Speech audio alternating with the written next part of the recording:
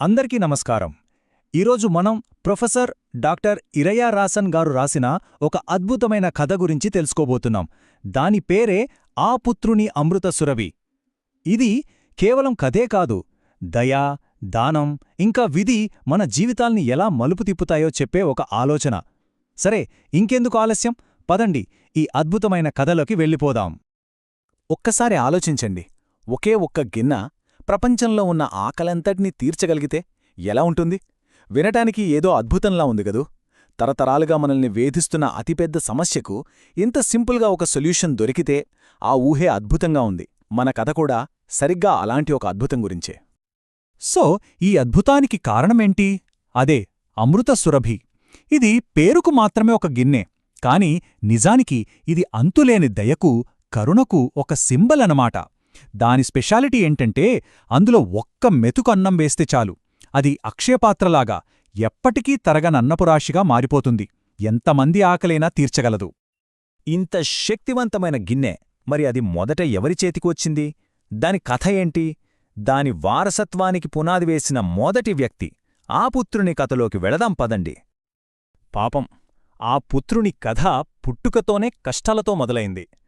ఎవరో పసికందుగా ఉన్నప్పుడు ఒక తోటలో వదిలేసి వెళ్ళిపోయారు. కాని ఒక ఆవు తల్లిలా పసివాణ్ణి చేరదీసి పాలిచ్చి కాపాడింది. ఆ తరువాత ఇలంబుధి అనే మంచి మనిషి అతన్ని దత్తత తీసుకుని ఆ పుత్రుడు అంటే ఆవు కుమారుడు అని పేరు పెట్టాడు. బహుశా ఆవుపాలు తాగి పెరగడం వల్లేమో కరుణ, జాలి అతని నరనరాల్లో ఇంకిపోయాయి. ఆ పుత్రుడికి ఉన్న ఈ నిస్వార్థ సేవాగుణాన్ని చూసి సాక్షాత్తూ సింతాదేవి ప్రత్యక్షమైంది. ఆమె అతనికి ఆ అద్భుతమైన అమృతసురభిని ఒక వరంగా ఇచ్చింది. ఆ దివ్యపాత్ర చేతికి వచ్చిన వెంటనే అతనేం చేశాడో తెలుసా? దాన్ని తనకోసం కాదు, ఆకలితో ఉన్న పేదల కోసం, అభాగ్యుల కోసం వాడాలని నిర్ణయించుకున్నాడు.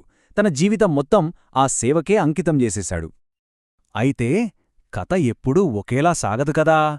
కొన్నిసార్లు మనం చేసే మంచి పనే మనకు అడ్డంకిగా మారితే అప్పుడేం జరుగుతుంది?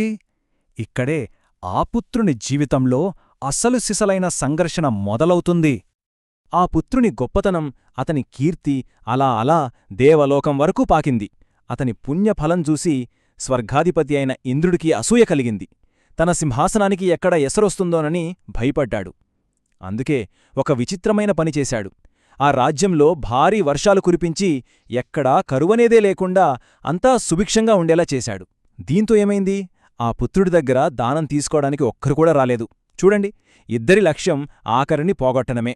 కాని ఒకరిదారి కరుణైతే మరొకరిదారి అసూయ. ఇక తన సేవకు అర్థం లేదని, విలువలేదని ఆ పుత్రుడు చాలా బాధపడ్డాడు. మనసు విరిగిపోయి ఆ రాజ్యాన్ని వదిలి ఓడలో ప్రయాణమయ్యాడు. కాని విధి అతన్ని వదలలేదు. అతను ప్రయాణిస్తున్న ఓడ ప్రమాదానికి గురై మణిపల్లవం అనే ఒక నిర్జన ద్వీపంలో ఒంటరిగా చిక్కుకుపోయాడు. ఒక్కసారి ఆలోచించండి, చేతిలో అద్భుతాలు చేసే గిన్నె ఉంది, కాని అన్నం పెట్టడానికి ఒక్క మనిషి కూడా లేడు. ఎంత దయనీయమైన పరిస్థితి! ఇక తన జీవిత లక్ష్యం నెరవేరదనే నిరాశతో ఆ పుత్రుడు ఒక చివరి కఠినమైన నిర్ణయం తీసుకున్నాడు. నేను ఈ జన్మలో ఆకలి తీర్చలేకపోయాను, కాని భవిష్యత్తులో అయినా ఎవరైనా ఆకలి తీర్చగలిగేవాళ్లు వస్తారు, వాళ్లకోసం ఈ గిన్నె ఇక్కడే వేచి ఉండాలి అని కోరుకుంటూ ఆ అమృతసురభిని అక్కడున్న గోముఖి అనే చెరువులో వదిలేసి తన ప్రాణాల్ని వదిలేశాడు. సో, ఆ పుత్రుని కథ ఎక్కడితో ముగిసిపోయింది. కాని ఆ అద్భుత పాత్ర కథ మాత్రం ఇక్కడితో ఆగలేదు. దాని ప్రయాణమింకా ఉంది. ఇప్పుడు మనం కథలో ఒక కొత్త అంకంలోకి అడుగుపెడుతున్నాం. ఆ గిన్నెకు తదుపరి వారసురాలు ఎవరు? ఆమె కథేంటి చూద్దాం. చాలా ఏళ్లు గడిచిపోయాయి. ఆ పుత్రుడి చివరి కోరిక ఫలించే రోజు వచ్చింది. మణిమేఖల అనే దేవత మణిమేఖల అనే పేరున్న ఒక యువ బౌద్ధ సన్యాసినినే అదే మణిపల్లవ ద్వీపానికి దైవికంగా తీసుకువచ్చింది. ఇది యాదృచ్ఛికంగా జరిగింది కాదు, ఇది విధి. ఆ పాత్రకు ఒక కొత్త వారసురాలిని ఎంపిక చేసేందుకు వేసిన ప్లాన్ అన్నమాట. సరే, ఆ ద్వీపానికి వచ్చిన మణిమేఖలకు కొన్ని దైవిక సూచనలు అందాయి. ఆ గిన్నెను ఎలా పొందాలి, దాని శక్తిని మళ్లీ ఎలా యాక్టివేట్ చేయాలి అని. కొన్ని కండీషన్స్ ఉన్నాయన్నమాట. అందులో అత్యంత ముఖ్యమైన కండీషన్ ఏంటంటే, ఆ గిన్నెలో మొదటి భిక్ష అత్యంత పతివ్రత, ధర్మవంతురాలైన ఒక స్త్రీ చేతుల మీదుగా పడాలి. అప్పుడే అది మళ్లీ పనిచేయడం మొదలుపెడుతుంది.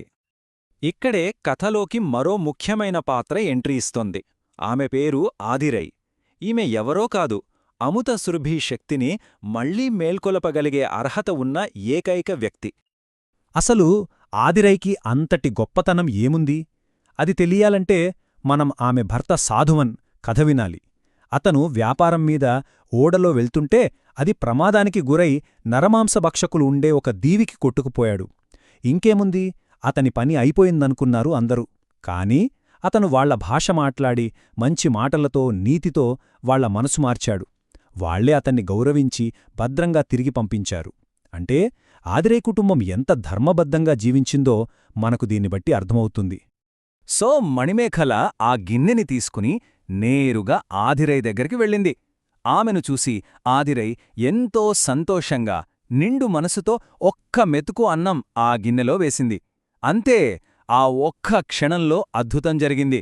అప్పటిదాకా మామూలుగా ఉన్న ఆ గిన్నె తన దివ్యశక్తిని తిరిగి పొందింది.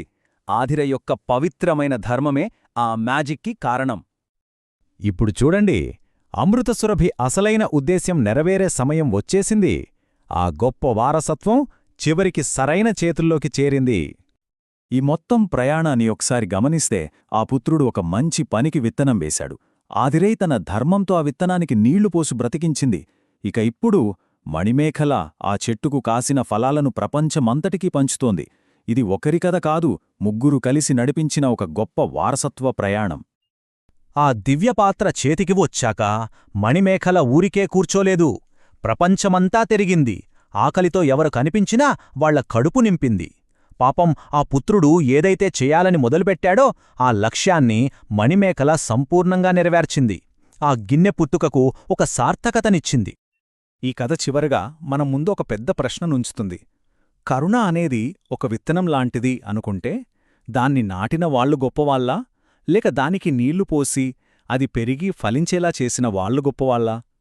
ఒక మంచి పనిని మొదలుపెట్టడం ఎంత ముఖ్యమో దాన్ని మధ్యలో ఆగిపోకుండా ముందుకు నడిపించడం కూడా అంతే ముఖ్యం కదా? ఏమంటారు? ఇంతటి అద్భుతమైన ఆలోచింపజేసే కథను మనకు అందించిన ప్రొఫెసర్ డాక్టర్ ఇరయ్యరాసన్ గారికి మనందరి తరపున ధన్యవాదాలు. ఇంతసేపు ఓపికగా విన్నందుకు మీక్కూడా థాంక్స్.